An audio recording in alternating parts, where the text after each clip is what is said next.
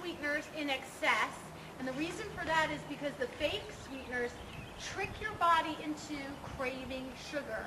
The fake sugar that you're consuming doesn't have the calories, but the body still reacts as if it's taking in sugar, and sugar is addictive. And the reason we know that is for two reasons. I'm going to answer the question. Two reasons we know that sugar is addictive. Number one, when we take it out of our body, we have withdrawal. We actually feel like crap, and we get crazy. Like, seriously, if you're detoxing off of sugar, you go through mood swings, you can get lethargic, you get lethargic on sugar too. That's one of the reasons, and what is the other reason that they say? Because when we start eating it, we can't stop. Yeah, because when you start eating sugar, you're on sugar, you can't get, it's hard to get off sugar, you want more sugar. So the more you're eating sugar, the more you want it. As you gradually detox off of sugar and you start to pay attention to how much sugar you're getting in the diet, you're looking at the food labels, you start to want it less. And the natural whole foods, you start to actually have a palate for the sugar that's in the tomatoes, the little baby tomatoes, the carrots, the bananas. Start to think, wow, this is really sweet. Well, because you're off of the fake stuff, the fake sweeteners, and the processed sugars. There's like 30 different names for sugar. So it's not going to just say sugar. It's going to say sugar 6 different times in the label, and you don't even know how much sugar. There's so many different names for sugar, and I can give you a list if you remind me of the list. We'll send on an email in the newsletter. I'll remind you. What's a good number to be around when you're looking at the label? Grams of sugar, it would really depend on the whole ratio of the food. When I'm strict with my own diet, and again, I'm telling you, this is my personal information, this is not law, this is not rule. I'm saying this really works for me, but it's not easy to do. And when I'm very, very, very strict with my diet, in other words, my goal is to shed body fat, and I really mean it. I will not go over, really, if I can keep it at 25 grams or less in a meal, because then again, keep in mind, my meals are going to be small, because this is what I'm trying to do. When I'm not strict, my meals are bigger, I'm not really looking at those numbers. If you're really trying to shed body fat, it's hard to do, 25 grams of sugar per meal. That's, you could even go conservative and do 35. You'd probably still be fine. That's very aggressive, I think. Because you'd be surprised how fast you can build up 25 grams of sugar in a meal. It's not hard. Like, I'm trying to think of an example. Like a yogurt. Yogurt could have 15 almost, sometimes. Yeah, because 9 times in the label is sugar. I love that. It's the first ingredient might say the milk or something. But it's like fructose and sugar, cane juice. Usually sometimes we break down. Yeah. Greek yogurt? Love it. Greek yogurt. That doesn't have a lot of sugar? That's A lot lower, higher in protein, and it has carbohydrate. It does, but it's lower than the other yogurts that you're going to buy. I love the Greek. The Chobani and what are some of the other brands? The Greek yogurt. Yeah. They're coming out with more and more. Fagi or something? Yeah, Fagi. Fage, Yeah. It's got sugar. Well, organic's always a step up. You just have to watch, again, the sugar, because a low-fat organic will be one thing, but a lot of the organics still have full sugar in it. They have, cane juice or... What about that new sweetener from like the stevia plant? Stevia's better. Well, Is that better? That's what I've been teaching for the past couple of years. Brenda told me about that, and I looked into that a little bit. And the idea behind that, although now it's under debate, right, that the stevia comes from the stevia plant, and it doesn't give you the body that glycemic response that I'm talking about here. No, you're thinking of agave.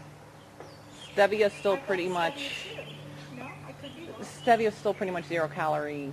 Yeah, I know, but I thought the stevia plant was better because it doesn't have the high glycemic gluten. response. Yeah. Is that true or no? Yeah, I mean, it's like everything. It is debatable, but I would go to that over the agave, because the agave, they're really questioning. What are they questioning about? The way it's processed, that it's really no different than, yeah. But again, with the stevia, there's different qualities of stevia. There's a green leaf and there's a white and a green, and the green leaf is supposed to be better than the white because the white is more processed. And then there's a liquid that's even more processed. But you gotta do what you can. Yeah. It's a 0 calorie. So the big thing to know is even if I know I have had clients that everything, they've got 3 packets of fake sweetener in their oatmeal, they're putting 2 packets in their coffee. Listen, they're addicted to sugar. Addicted. The palate is shot. They can't taste natural sugar for anything. If they eat a carrot, they're like, this is bland, throw it out. So that's where you really got to start to look how much of that are you using as a crutch in your diet. You got to start weaning off even that. I know it's no calories, diet sodas, and I know, I get it. It's no calories, you're still having a drink, enjoying, but it is still causing a response in your body that's affecting your ability to lose body fat. Not only hormonally, but like even, I don't want to say mentally, but sort of, because you're addicted to sugar nonetheless. And usually, that can lead to binging. Like, you can't get enough sugar when you start to really, really depend on fake sweeteners. You're just at such a high level of craving for sugar, it usually can backfire. So like the crystal lights and stuff? That's what I'm talking That's going to keep about. you from losing weight? It's going to keep you Really? craving sugar. You're going to want sugar. That in and of itself is not a problem because there's no calories in it. Right. But your body's reacting as a sugar-addicted machine. So Is that what you mean by the hypoglycemic the thing? glycemic index is just your body's response to sugar coming into the body. Some foods are better and they're lower glycemic, so it doesn't cause the pancreas to secrete insulin. Insulin is a fat-storing hormone. Insulin that you want to keep the pancreas from secreting too much insulin. Because if you take in a large meal and it has high grams of sugar, it's going to be stored. Because chances are between your lunch and your dinner, the few hours in between, if your meal was too big, you're not burning off those calories if you're sitting at your desk at the office or, I mean, you're not doing boot camp all day. You're doing boot camp 1 hour a day. That's why I tell people boot camp is a supplement. The diet is critical. I'm just not going to lie. It is. That's why you guys are in a better situation than anybody who is not here tonight. I don't understand why people don't come to the free nutrition seminar. This is your information. This is your goal. This is where it's going to get you results. I mean, the exercise is too, absolutely, especially if you're not exercising. But it's what you do here that's going to have the fastest effect. Fastest. Think about it. If you take 2 cheeses out of your day, that's a boot camp session. It could be. It could easily be 400 calories. Because we easily consume 400 calories in cheese. So what's easier? It's easier to take some cheese out. Let's face it, because I'm going to kick your ass in boot camp. So it's easier to take the cheese out. All right. Not me. I'm not going to hurt you, girl. I'm all tough. All right. So where's the sugar coming from? It's coming from the processed foods. It's in everything. Even the products that are listed as healthy, you've got to read the ingredients list. First 3 items most important, but continue through because I told you, they sneak the sugar in everywhere because they start to realize that the consumers are getting smarter. They're getting more concerned with the health. As the epidemic of obesity and disease increases, the consumers are starting to look out for themselves, whereas we weren't before. So you've got to look at that ingredients list. I always tell my clients, go home, take your top 10, 20 products, because believe me, in your cart this week is what's in your cart next week and the following week. You eat the same food, believe it or not. You may think you have variety in your diet. Chances are you're purchasing the same thing. If you take that list, what you bought at ShopRite, wherever you shop, it's almost always the same foods. Look at the top 20 foods that you're eating. Start to examine the ingredient list. Follow through. First 3 ingredients and then continue on. Excuse me. And it tells you the most critical information that you need to know. The white and beige foods. Really important that you avoid the white and beige foods.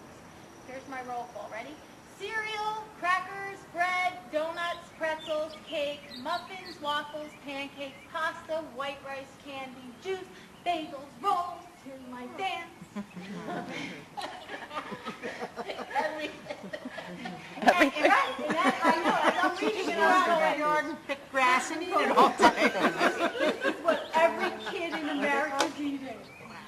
And you see it, right? Yeah. The kids are in the car, they're 2, they're in the pretzels. And here I thought pretzel was a good snack That's what I'm saying, right? compared to the other. Right, exactly. So it's where's your level? What's Yeah. you're learning? Yeah. You're learning. What about those puffed circles? Sorry, those puffed. Rice cakes or whatever? they're not rice cakes, but they're like in the front when you walk in the shop right and stuff. Oh, those They pop make